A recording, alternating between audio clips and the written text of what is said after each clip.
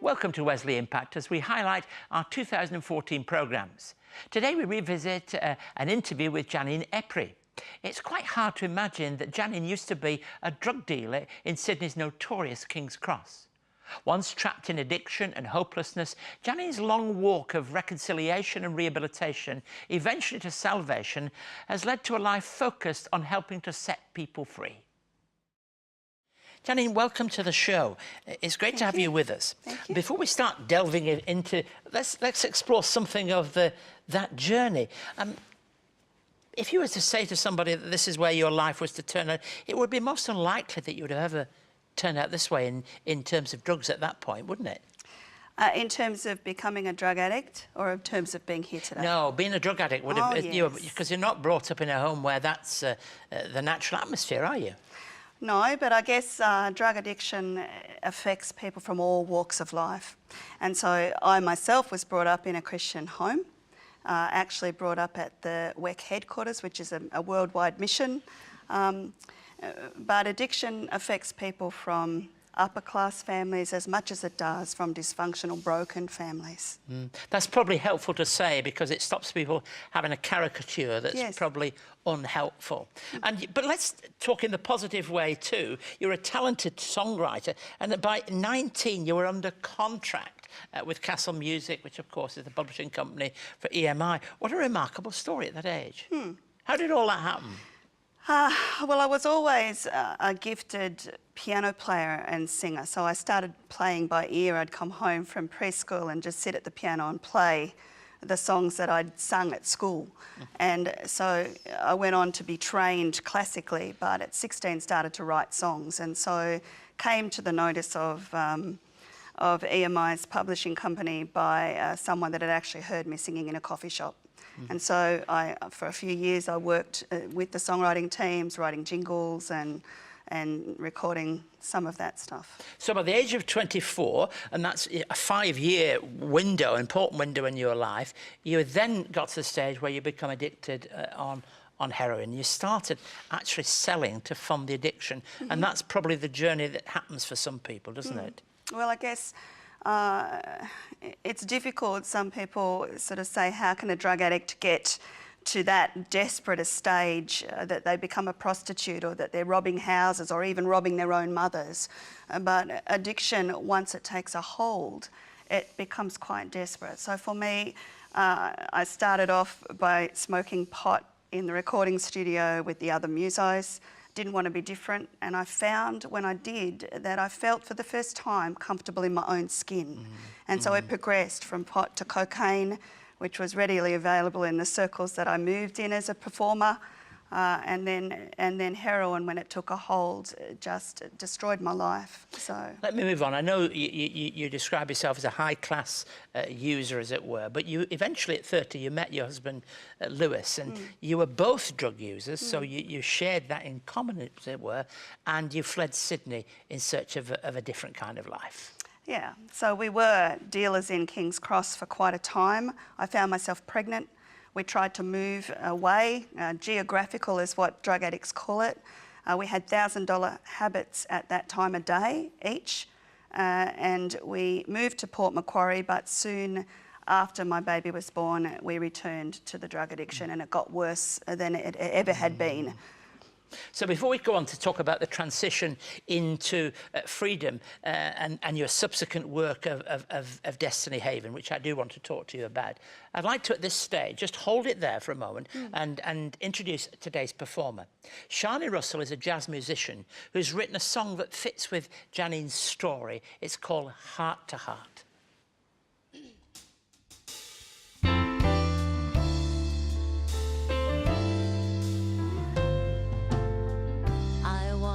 Talk with you, heart to heart. You're the one who saw the someone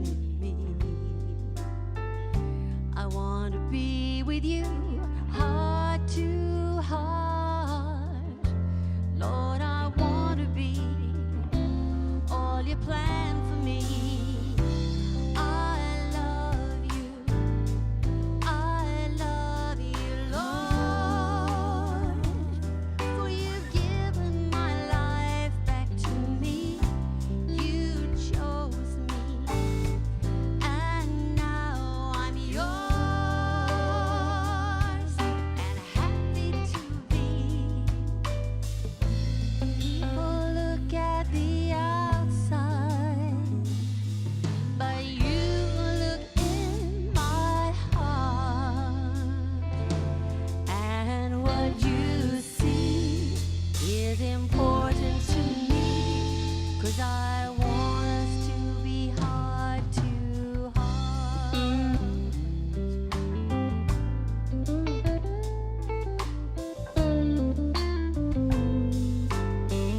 You know what's going on in my heart. I may fool people, but I can't fool you, no. And you know what to do with my heart. Let your spirit be here at work in me. I love you, Lord, for you've given my life back to me. You chose me, and now I'm yours, and happy to be. People look at the outside, but you look in my heart, and what you see is important to me, 'cause I want us to be heart to heart.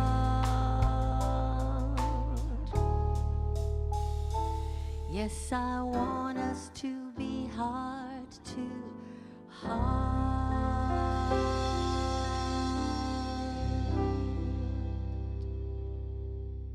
Keith Garner's new book, A Word for the World, is now available.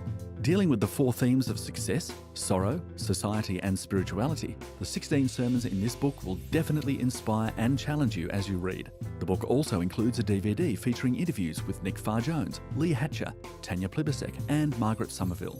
For more information on A Word for the World, please contact us on 9263 5555 or at impacttv@wesleymission.org.au. Now, if you'd like to know more about Shani's music, her details are going to be online all this week. We're back with Destiny Havens' Janine. We're going to talk a little bit more. You've told us that story of how you went to Port Macquarie after you were arrested. You knew something of that challenge in your life, and you're going to be a mother at the time. It was perhaps at that time that you started remembering a place that took in families and people in your situation. So my father had told us about a place called Sherwood Cliffs. So when I rang him, we'd been married, and we'd only been married 3 months. Our daughter was 13 months old when we got married, and our addiction took us to such a depth that I was 39 kilos, Lewis was 52 kilos, and he's a Maori, so he was half the man he is today. But I rang my dad, and he said, "No, you need to ring." And I think that's the best advice that you can give addicts. If they want help, they need to do the ringing themselves.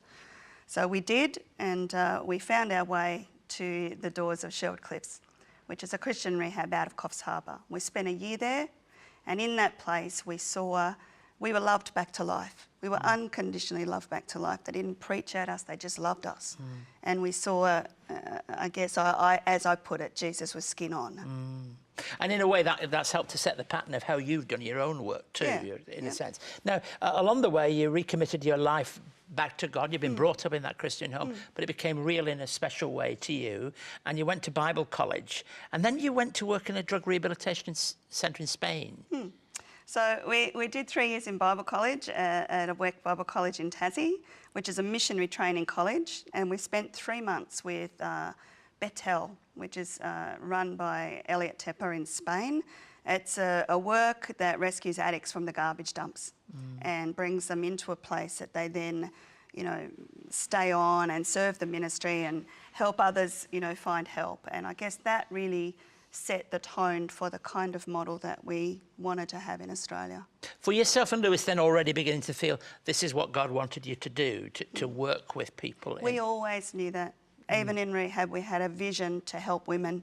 God had given us a heart to someday have a place that women could come, because there's so few places for women. And so I don't think there's any place like ours. But I mean, there's lots of different places. But certainly Destiny is a place that God established, and miraculously, we had no money, and God miraculously provided this property, and the team that work with us. Tell me a little bit about what you do then. I want to hear that. So Destiny Haven is a residential, we call it a life skills training program rather than a drug rehab, because we take women that have got eating disorders or self-harm, women that have been sexually abused or other abused in childhood, drugs, alcohol affected people, women that are stuck. That Or sometimes a mixture of all of those Yeah, a things. mixture of all. The women that can't get their lives on track and they just feel stuck. How long do they stay, and what do you do? Yeah. So we ask for at least a 6-month minimum, but 12 months or more, depending on the woman. So it's an individual program, and each woman is going to be different depending on what her issues are. And it's a staged program. So they come into the program, and as they get well, they're given responsibility in the community. Some of them are able to study or work part-time as they kind of come to a transition stage. And then others really feel that God calls them to stay and be volunteers and help those that are coming in behind them to see that there's hope for a future. Now, you and Lewis have a real commitment to Jesus Christ. Absolutely. But you don't punch it at people, do you, when they come in?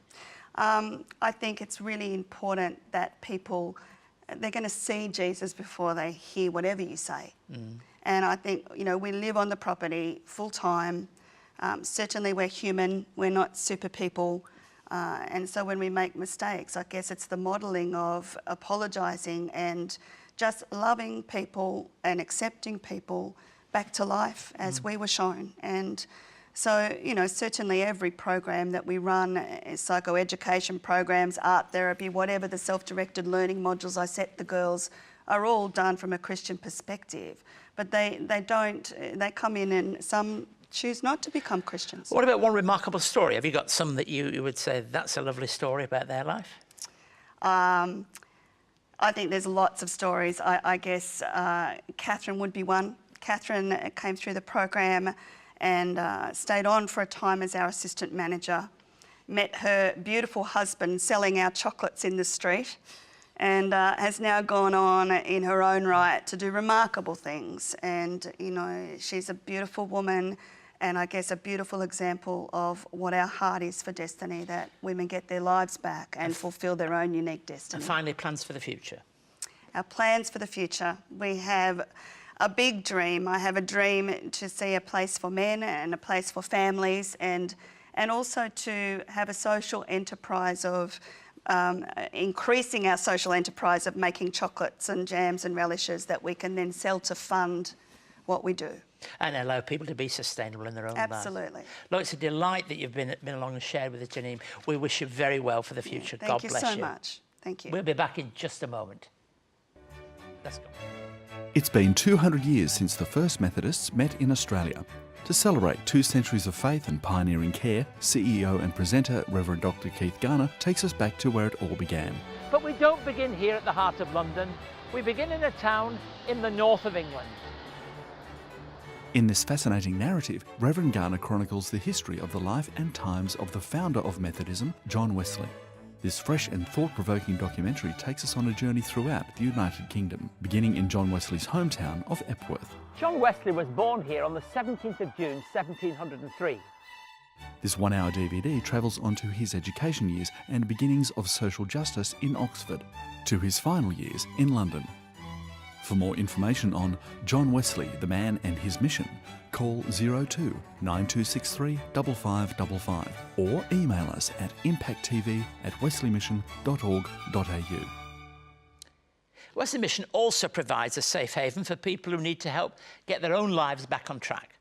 At Wesley's Noreen Towers community in Sydney's West, we have support workers who assist families to address the issues that contributed to their homelessness, including drug abuse, domestic violence and financial stress. Here is Aya's story. Come on, boys! Get your school bag, put on your socks and your shoes, please. Rita, Ossie, Sia, come get your bag, please. Lai, no lunch there. You want banana?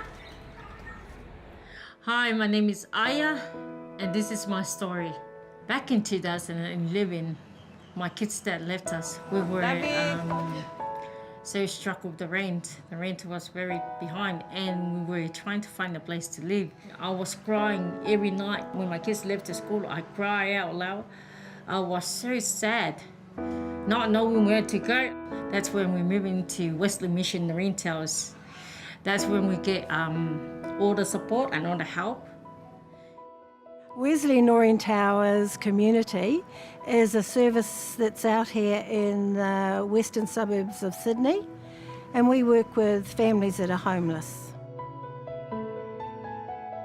The program is a 9-month program, and so that means that families get a bit of an opportunity just to settle, to rest, and to get their family back into some sort of a balance. And it may just be 2 factors that make them homeless. They lose their job, lack of finances. There may be family violence. Other services that we offer here besides housing is to ensure that the families have an opportunity to move forward in the community. At the moment we've got 5 women that are doing a TAFE computer course, which is going to make them work ready.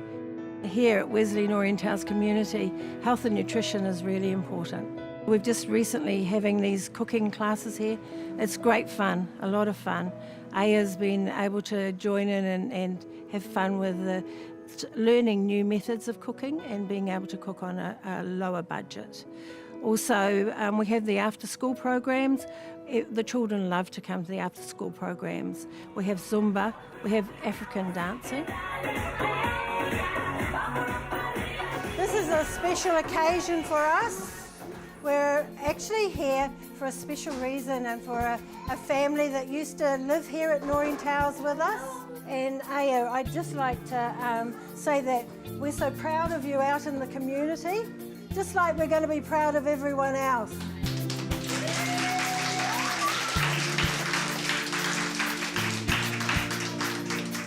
It makes me so happy. Now I'm moving out with a lot of experience. It's a new beginning for me because now I got my own place. I'm paying my rent. I'm looking after my kids by myself. You can't redo the past, but you can look forward for the future. For me personally, I would like to thank the Wesley Mission for their help and for everything they have done for me and my kids. For me, it's a blessing from God. Thank God for them. Without faith, nothing is possible.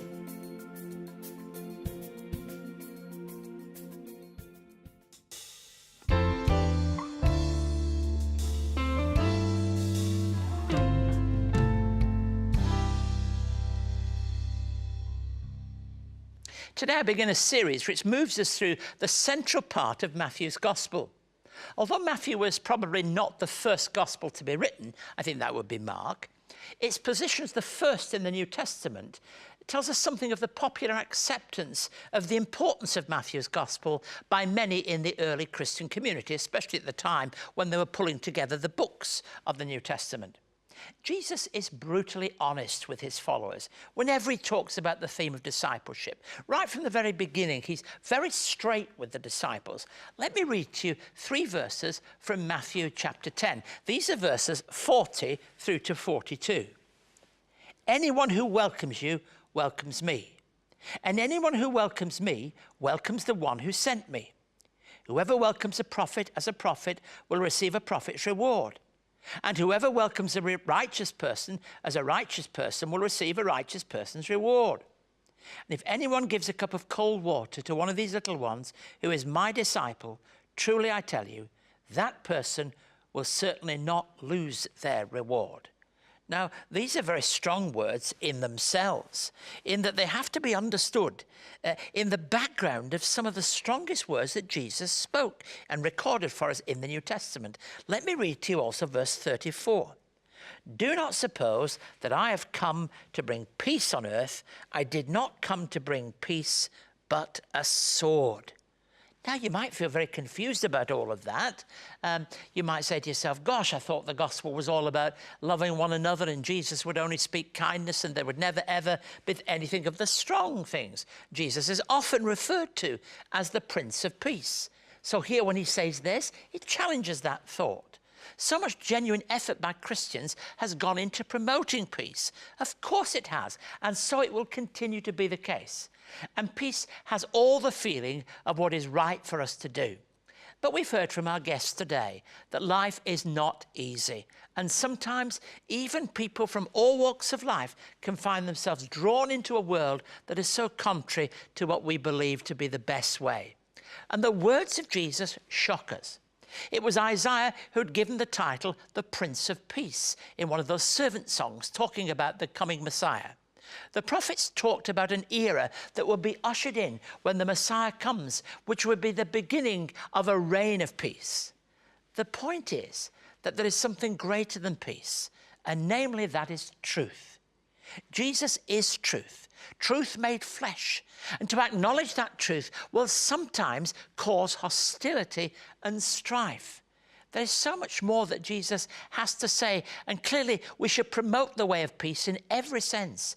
But ultimately, we must not be surprised if the truth of God in Jesus Christ is rejected by some people. But to those who receive him, he brings his peaceable presence. And you know, receiving Jesus Christ is the clue, is the key. It was in a story when someone's life had reached a point where they were not just taking drugs, but selling drugs. It was again turning to Jesus Christ that brought a way which is meaningful and whole. There is a sense in which all our lives need that turning point.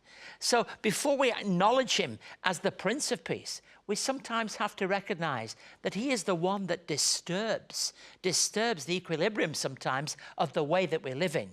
And only when that happens can we truly put our hands and our lives into his and find ourselves totally and utterly transformed. So the message can firstly be bad news before it's good news. And sometimes he comes into a community and into the world and causes something that doesn't feel like peace.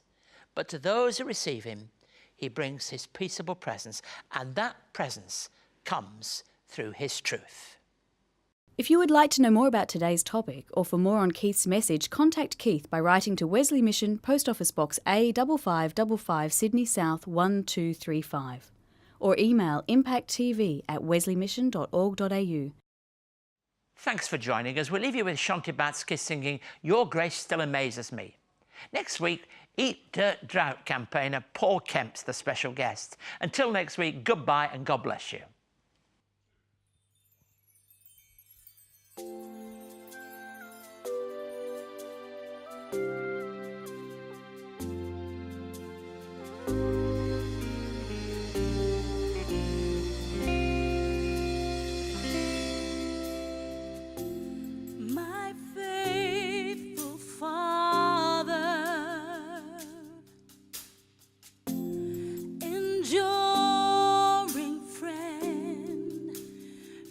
Tender